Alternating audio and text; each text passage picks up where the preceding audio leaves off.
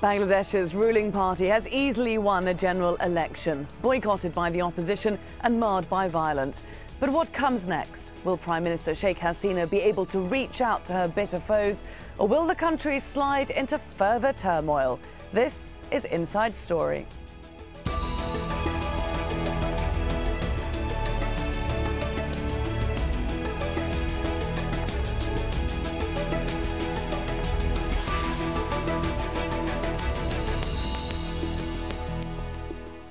Hello there and welcome to this programme. I'm Laura Kyle. With more than half the seats uncontested, there was never any doubt that Sheikh Hasinas Awami League would win this vote. But the opposition Bangladesh Nationalist Party, the BNP, having boycotted the vote, is now demanding the results be declared null and void. Its supporters are out protesting, with leaders calling for a 48-hour general strike. It was an election plagued by violence. At least 24 people are thought to have been killed since Sunday. Dozens more died in the run-up. Well, Bangladesh is no stranger to political turmoil.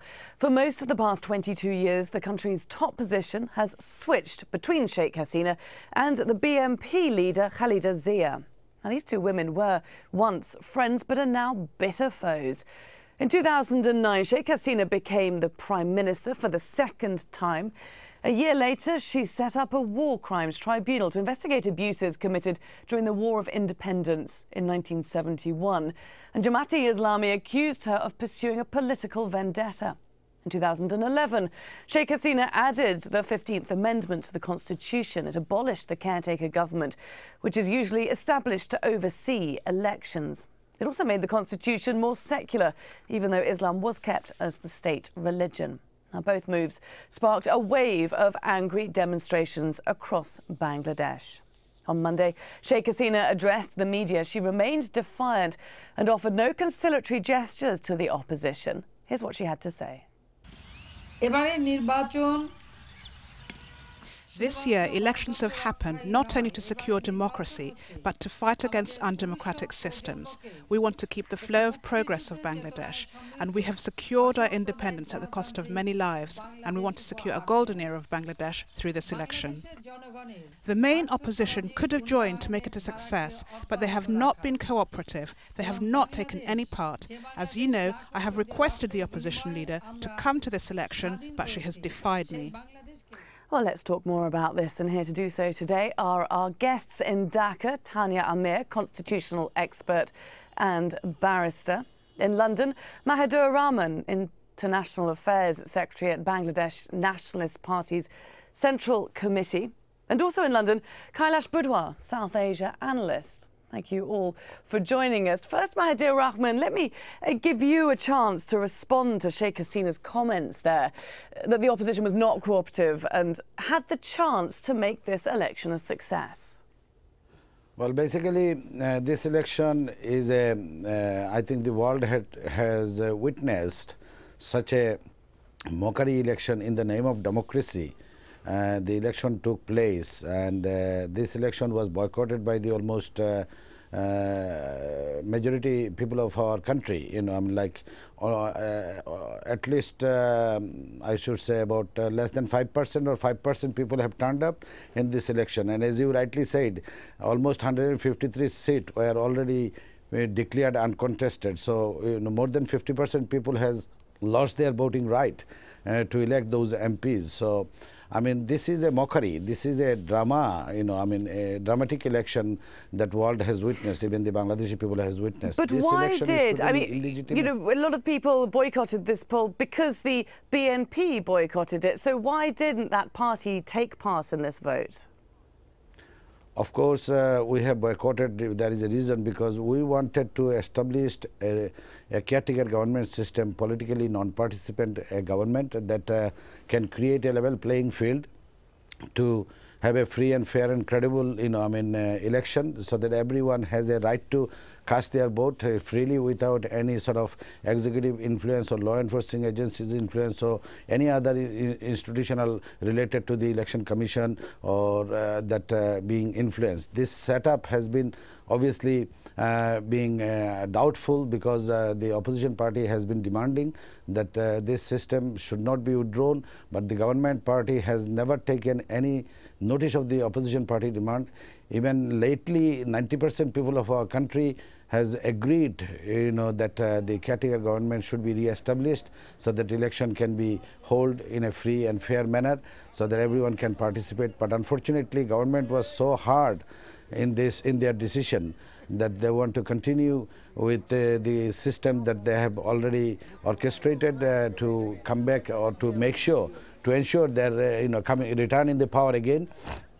So therefore government has continued to uphold their this undemocratic decision by not giving any sort of serious attention to the opposition demand. Tania Amir, if I could bring you in at this point. It seems that the main problem here today was this abolition of the caretaker government by Sheikh Hasinas. But why did that happen? The issue, Laura, as you mentioned, yes, I think you mentioned in your introduction that the caretaker government was removed from the Constitution by way of the 15th Amendment to the Constitution. What remains a puzzle to date is that the opposition did not participate in the debate in Parliament. So it's not just boycotting of election. The opposition boycotted the Parliament the entire 5 years of its tenure. And when this amendment was going through the Parliament, opposition wasn't there. They did not protest in Parliament. And to this date, that 15th Amendment has not been challenged in any court of law. So this remains a part of our Constitution, the amendment. And now, in order to have a neutral caretaker government, there needs to be a legitimate formulation, which the opposition is demanding. The world at large, particularly we in Bangladesh, are looking forward to that formulation. There is no concrete formulation by the opposition as to within what framework, how do they want the governance to be.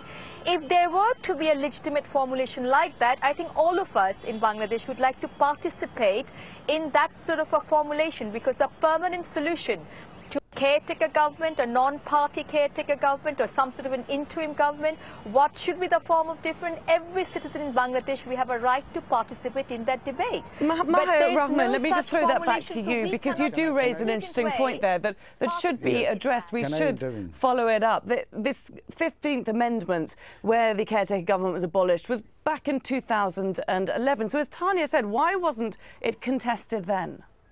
Well, it was contested because 15th Amendment was done very hurriedly by the government, because the caretaker government issue was a political issue. In the year 1996, when Awami League demanded to establish caretaker government to have a free and fair election, that time we were in power. Obviously, it was politically demanded, and it was politically also resolved by taking this issue in the parliament, and the caretaker government was established in the parliament. But the present time, the government has taken the decision from the Supreme Court judges, even although the judges have said that another 2 terms the caretaker government, the system may continue further, but at a later stage, when all political party come to a common understanding, so that it can be eliminated and introduced the election commission and the normal procedure of the election system.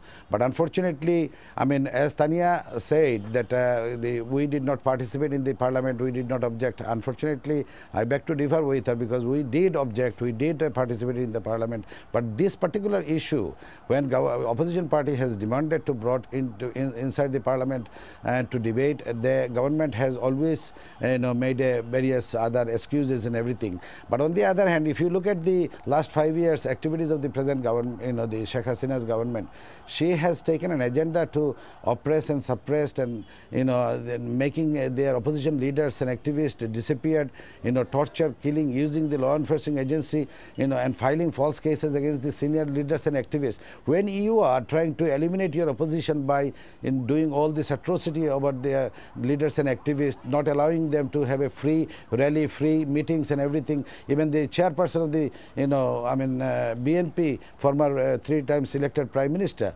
Begum Khaleda Jia, she has been house arrested, twice. Okay. And, Kailash Budhwar, I want to bring you into the discussion at this point. So it seems like a real sticking point that this caretaker government does exist. I mean, should the elections have been held in this environment? Let us put this whole picture in context of someone who would look at this situation 10 years hence. Bangladesh has a short history of 42 years. This was the 10th parliamentary election being held. And unfortunately, in this election campaign itself, more than 24 lives have been lost. There have been campaigns to boycott the election. And one wonders what is happening in Bangladesh, a country which has just emerged, a country which has the potential of looking after itself, where there is poverty, there are floods. Recently, 1,100 lives were lost in a textile disaster, where basically people need health, education, and being looked after. Politicians known as the Begums are fighting with each other, which is known as Battle of the Begums. What's happening there? If elections are to be held, they must be held fairly. This everybody would support and believe. Now the question of caretaker government, it was settled and decided that in democracy you don't need military to come in and take over the government to run a fair election. If there is an independent judicial election commission, and if there can be certainty that elections wouldn't be rigged, that would be the best way to hold elections, because in every democracy, elections are held by the then government in power, and elections, if they are fair, can decide where the mandate wants to go. And therefore one wonders, all this campaign, all this turmoil, all this opposition, because of the battle of the two Begums, is bringing such a bad picture to Bangladesh, is of course blackening its future. Politicians must sit together, must decide what's the way out, and the only way out is getting the mandate of the people, asking the people to decide who should govern them. Tania Amir, there's this battle of the Begums, as Kailash refers to there. Right now, we have Sheikh Hasina in power. She won this election, as she knew she would. And yet she's carrying this battle on. She's not offering a conciliatory gesture to the opposition. What does she think she's going to do next? I'm not sure if that is the case, and I'm not sure I sort of enjoy this term as Battle of the Begums. We've seen the Battle of the Saabs in the past days, so this gender connotation is not quite appropriate. The way how perhaps we can look at this is that if this is a legitimate demand, in most countries around the world, the incumbent government in power holds the election. So what's important is strengthening the election commission and so on, and the infrastructure that go with it. But, as a nation, I think we must have a debate whether we want a neutral caretaker government or some form of a government which will not have so much power during the election. So irrespective of my personal views, I do think it's legitimate to have that debate. And in order to have that debate, I think I'd like to reiterate what I said earlier on. We need to have a formulation from the opposition who are demanding this. Without a formulation, exactly what they want, without putting pen to paper, all this turmoil is going on. And yet, the people, we don't have an opportunity to respond to it, to intelligently carry on this debate. So therefore, I beg to question whether this demand is at all legitimate, because there is no formulation. Coupled with that, I think in your introduction you mentioned about the trial of the war criminals, those who committed impunity and genocide and crime against humanity.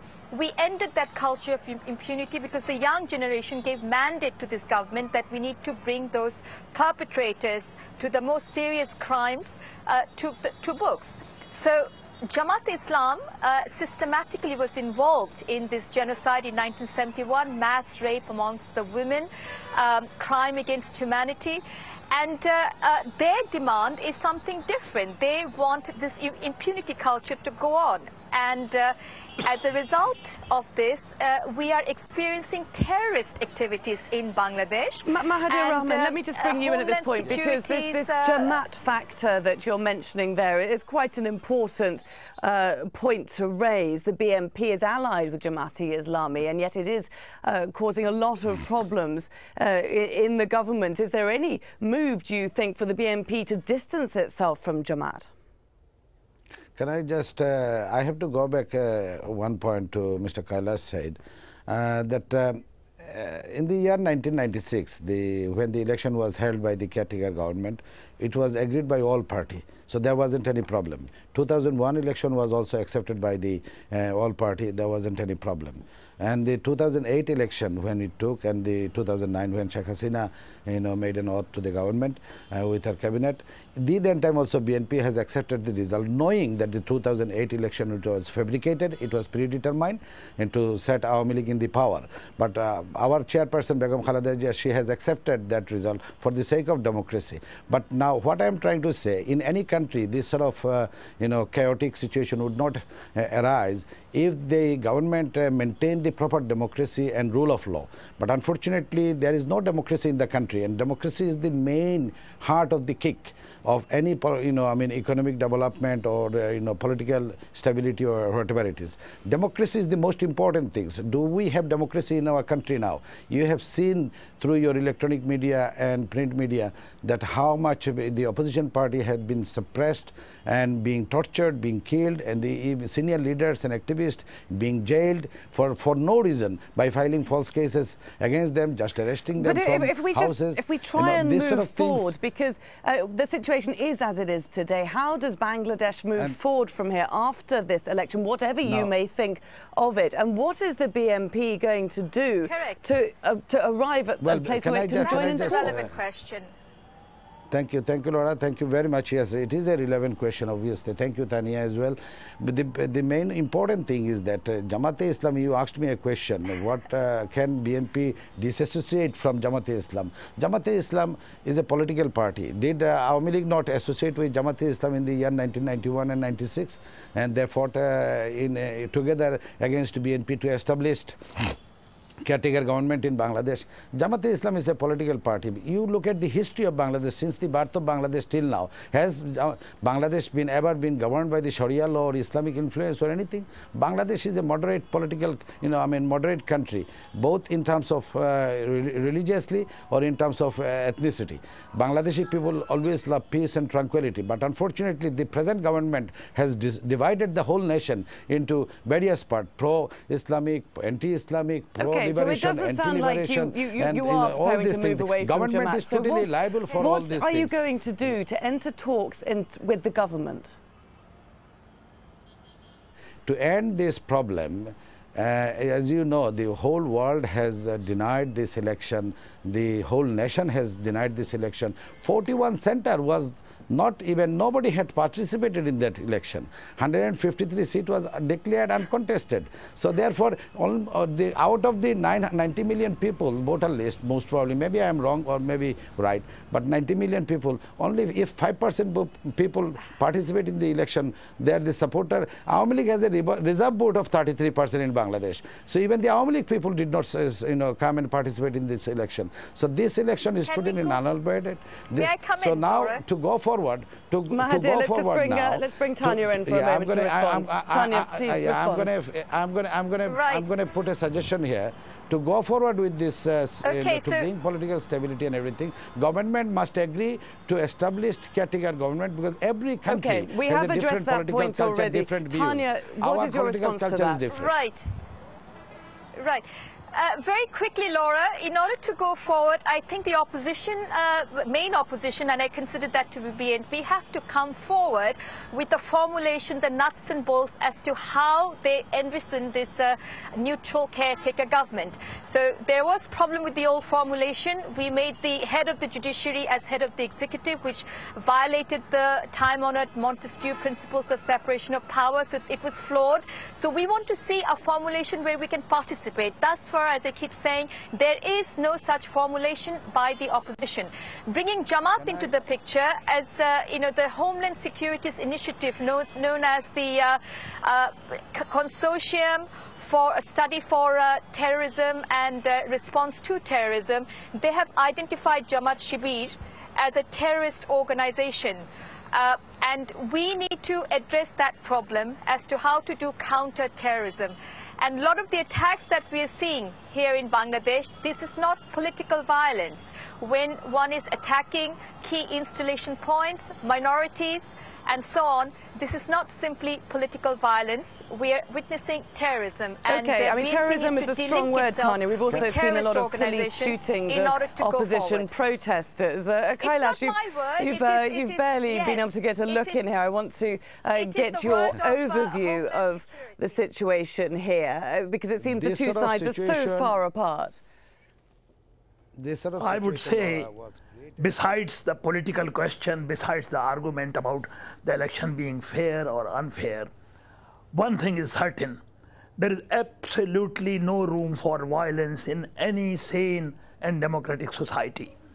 And Jamaat-e-Islami is known as a fundamentalist religious party which has threatened violence. Actually, Jamaat-e-Islami in Pakistan has threatened to burn down Bangladesh High Commission.